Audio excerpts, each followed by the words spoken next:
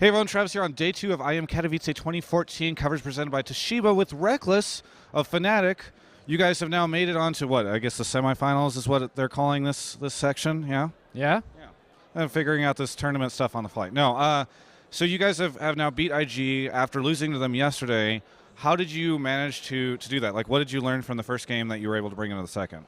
Basically, we ate dinner yesterday, and then we actually watched the game, our game against IG, the first one we played, and we realized that their rotations their rotations and objective control, like dragons, barons, towers, was far more superior than ours. Okay.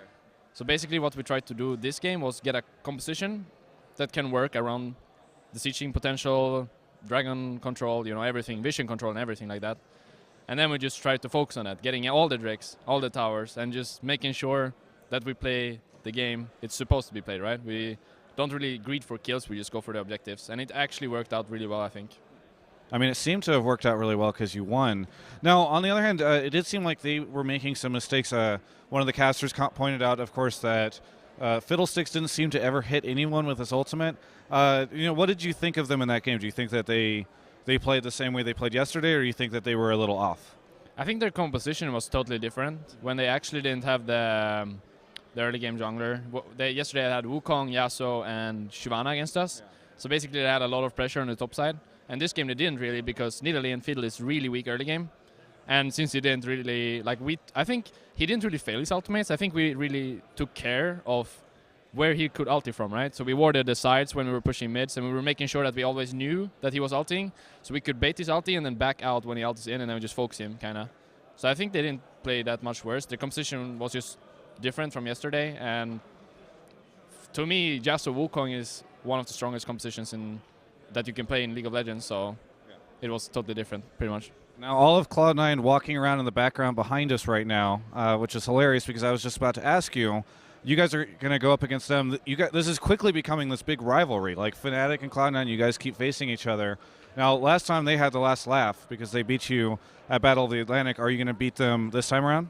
I hope so. I'm still kind of disappointed for our performance and in particularly mine performance at Botta, because I didn't feel like I played as good as I do now, and I was supposed to play better as well. So I'm really looking forward to play the best of 3 against them, and I believe that it's going to be really close actually, because they're really, really good. Yeah. It showed yesterday that they were really good since they beat both TPA and World Elite. Yeah. Have you had a chance to watch their games yet?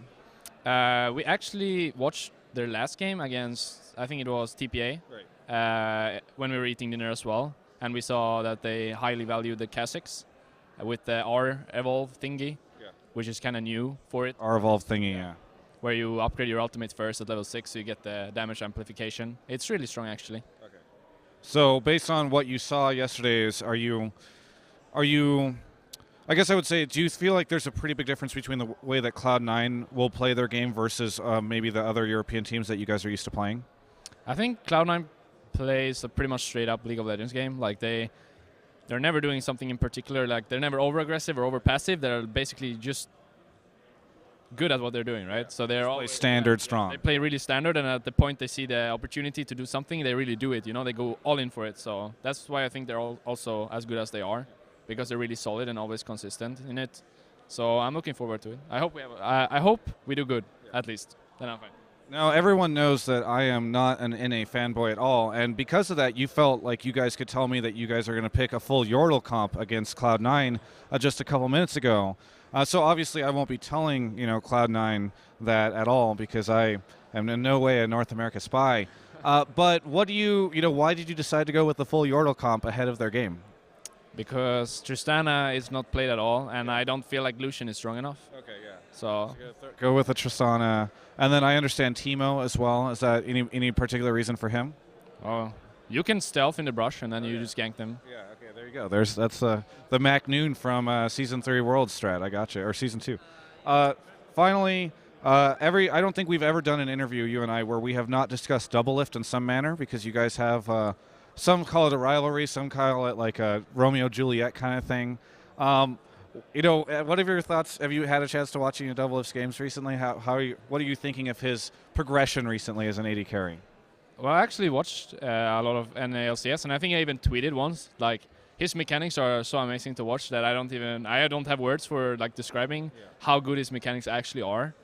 And I actually think as well that he improved his way of playing the AD. So did I. Like, there's no longer you farming side lanes for 40 minutes and then actually going 1 versus 5, right? Because right now an AD is focused around securing objectives. You need to cover mid lane, you need to cover bot lane, you need to be there for the dragon, right? So you're more a utility for the team, I think, rather than the front line, like the front of the team. You know that they need to defend you, Right. because I don't think that's how it works anymore. And I think at the beginning, DoubleLift was still a bit stuck in the old meta, which same for me.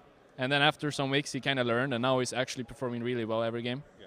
Do you guys ever talk quietly, you know, like just one-on-one on Skype or anything like that?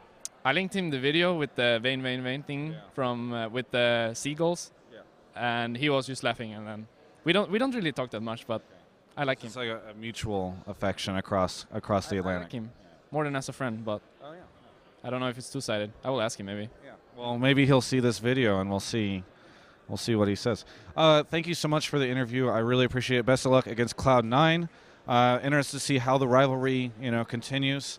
Other than that, anything that you want to say to like your North American fans? Because I know generally, you know, you guys are stuck over in EU and we're stuck over in NA, but here you go. Like, you know, maybe they're going to watch this. Hey. There you go. Well, thank you so much for watching, or thank you so much for the interview. Thanks everyone for watching. You can check out the rest of our coverage of IM Katowice 2014 at ongamers.com.